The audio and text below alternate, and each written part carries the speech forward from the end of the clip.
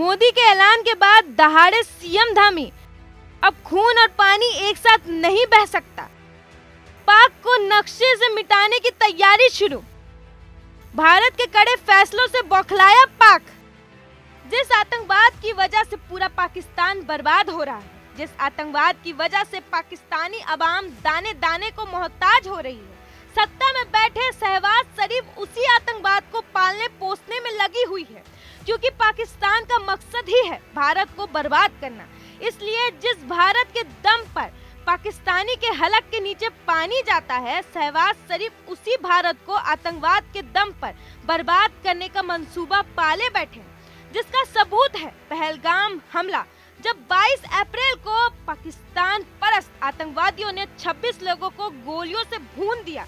पहलगाम में आतंकी वारदात को अंजाम देने वाले पाकिस्तान के पीएम शहबाज शरीफ को लगता है ये बात वो भूल गए हैं कि ये वही भारत है जो पहले छेड़ता नहीं है, और अगर किसी ने छेड़ा तो उसे छोड़ता भी नहीं है, जिसका ट्रेलर भारत पहले ही दिखा चुका है। जब उरी अटैक के बाद सर्जिकल अटैक की गई और पुलवामा अटैक के बाद एयर स्ट्राइक की गई, लेकिन इसके बावजूद पाकिस्तान लगता है कुत्ते के दुम हो गया है, सीधा होने का नाम ही नहीं ले रहा, जिसे अब तगड़ी डोज देनी ही पड़ेगी। इसलिए पहलगाम हमले के बाद पीएम मोदी ने पाकिस्तान पे ऐसा पंजा मारा कि इस्लामाबाद में बैठे शहबाज शरीफ भी कांप गए।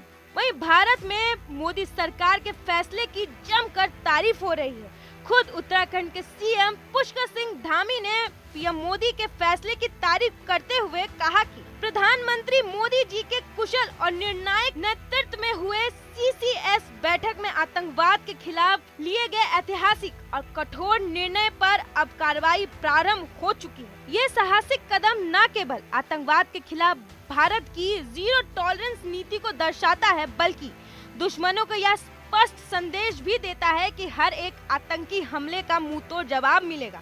केंद्र सरकार के सिंधु जल संधि पर रोक ने साफ कर दिया कि अब खून और पानी एक साथ नहीं बह सकता।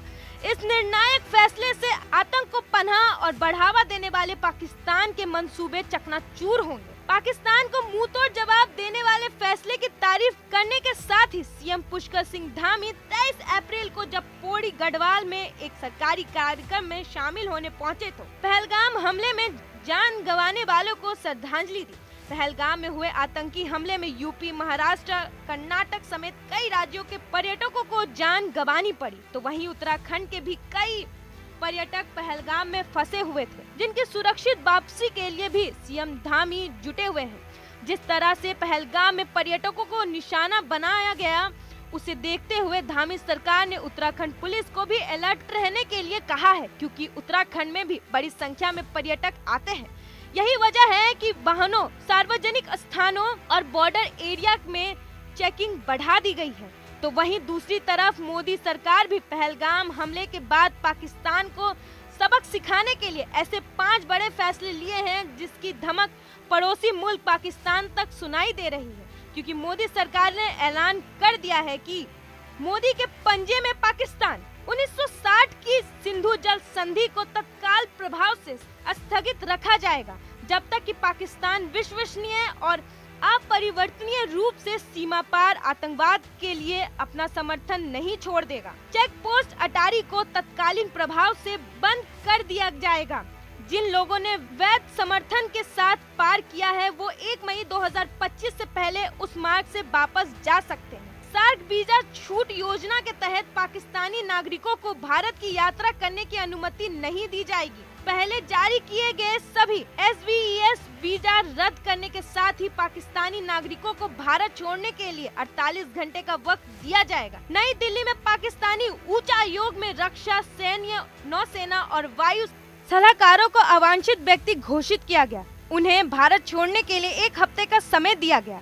नई दिल्ली में अपने राजनीतिक उपस्थिति को घटाकर 55 से 30 कर्मचारियों तक सीमित करने के लिए कहा गया। भारत इस्लामाबाद स्थित भारतीय उच्चायोग अपने रक्षा, नौसेना और वायु सलाहकारों को वापस बुलाए जाए। संबंधित उच्चायोगों में ये पद निरस्त माने जाएंगे। पाकिस्तान को सबक सिखाने के लिए मोदी सरकार ने जो ये 5 फैसले लिए हैं, उनमें सबसे अहम सिंधु जल संधि को स्थगित करना, सबसे अहम माना जा रहा है, क्योंकि पाकिस्तान के साथ 1965 और 1971 और कारगिल जैसे भीषण युद्ध के बावजूद भारत ने पानी नहीं रोका था। लेकिन इस बार मोदी सरकार ने तय कर लिया है कि अब खून और पानी एक साथ नहीं बह सकता, इसलिए सिंधु जल समझौते पर फिलहाल रोक लगा दिया गया है। इस पूरे मामले को लेकर आपकी क्या राय है, कमेंट सेक्शन में हमें जरूर बताइएगा।